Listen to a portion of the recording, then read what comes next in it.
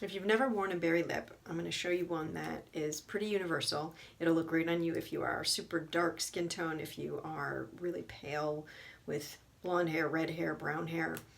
If you look like J-Lo, it's going to look awesome on you. This is a really good universal color, and it's called Beetroot, and it's from Bite Beauty, and it's very easy to find because they're, I think, exclusively sold at Sephora, and you can order it online.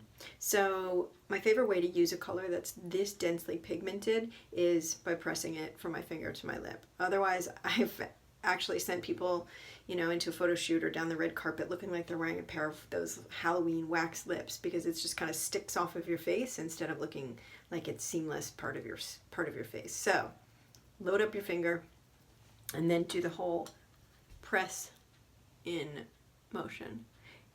A little bit creates just that basic stain. Look how much pigment is in that. A ton. But I'm going to build it up just a bit. So before I did this, I gave myself a little scrub on the lips with a gentle washcloth, just a soft little cloth. Did little circles on my top lip, on my bottom lip, making sure to get rid of any dead skin cells that collect in the corner on the bottom edge, or inner edge, I should say. Because having a lip color on, whether it's a light color or dark color, often exaggerates the look of that dry, scaly lip skin. So getting rid of it before you start is key. I mean, so velvety soft, and it just immediately makes your mouth look like much more luscious and pillowy. And you know, pillowy lips are all the rage these days. So that alone is enough, right? Dab that in. However, one thing that I like to do for, you know, just for fun, is using a lip liner. So that was Beetroot, and this is also from Bite, and it's number 100. It's not an exact match, but it's good enough. And I like to just give myself a slightly more defined edge.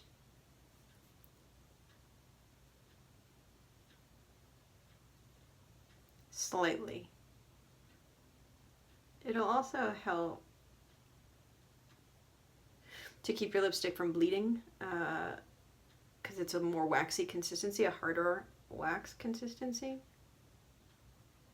So once we get into your, you know, late 30s, 40s, 50s, 60s, 70s, and up, and we have lines on the outside of our mouth, it's often a necessity to use a lip liner.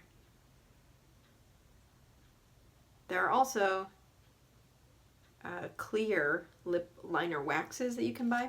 ILIA makes one. I should probably not talk while I do this.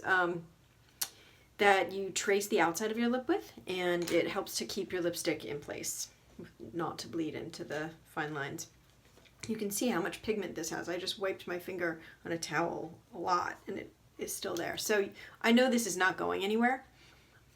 It really does feel delicious, and I don't need this per se, but I'm going to show you another favorite of mine that I often like to pair with this, and that's from a company called Au Naturel, and this color is called Ravish, and it is a moderately high shine gloss that I just like to press into the very middle of the bottom.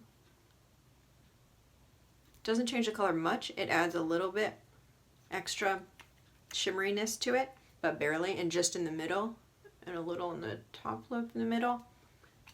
I love that shade combo. Okay, so then we'll do what we always do.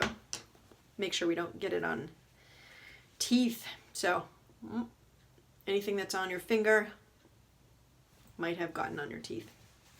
There you have it. It's fun. I hope that you try this and that you go out and have a lot of fun with people noticing your lips and telling you how great they look. Bye.